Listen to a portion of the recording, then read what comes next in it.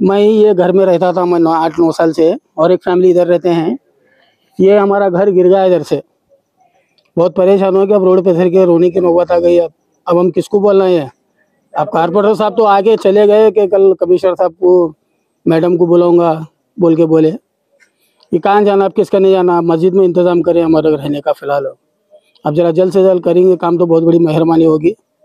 देखिए जरा बच्चे मेरे छोटे छोटे हैं, अब जल्द से जल्द आके जरा क्या होता, जितना जल्दी होता उतना कर चाहिए। अरे देखो दीवार गिरी है, मैं किराए से रही, बच्चे कच्चे है, 2 घर वाले है। रात में गिरा तो बहुत परेशान है, शाम तो उस टाइम पे गिरा।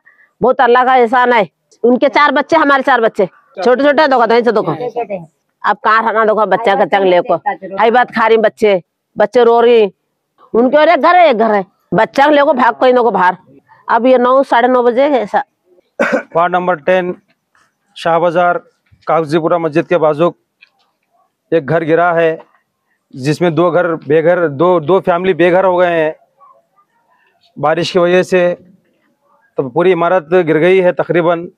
अब उनको रहने के लिए बेघर हो गए फिलहाल, रहने के लिए कुछ भी नहीं। यहाँ के वार्ड नंबर 10 के कारपोरेटर साहब आकर विजिट कर गए हैं।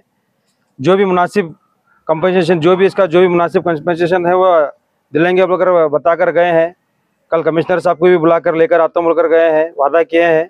इसका जल्द से जल्द इनका क्या जो भी है कंपनसेशन दिलाकर इनका रहने का इंतजाम करे तो बेहतर होता बोलकर कमिश्नर। और मैं कारपोरेशन कमिश्नर साहब को भी लेकर आता हूँ बोले, मैडम भी आए तो बहुत ही अच्छा होता है। इंशाल्लाह आकर एक बार विजिट करें दे।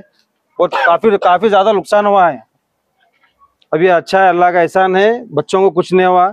घर वाले काफ़ी दुख में और बेघर हुए सर का हुआ। उनको कहाँ पे मस्जिद में रहने का इंतजाम कर रहे हैं महल्ले के लोग। हमारी गुजारिश है जल्द से जल्द आकर इसका एक्शन लिया जाए और इसका जो भी कंपनसेशन हो अदा ये कर।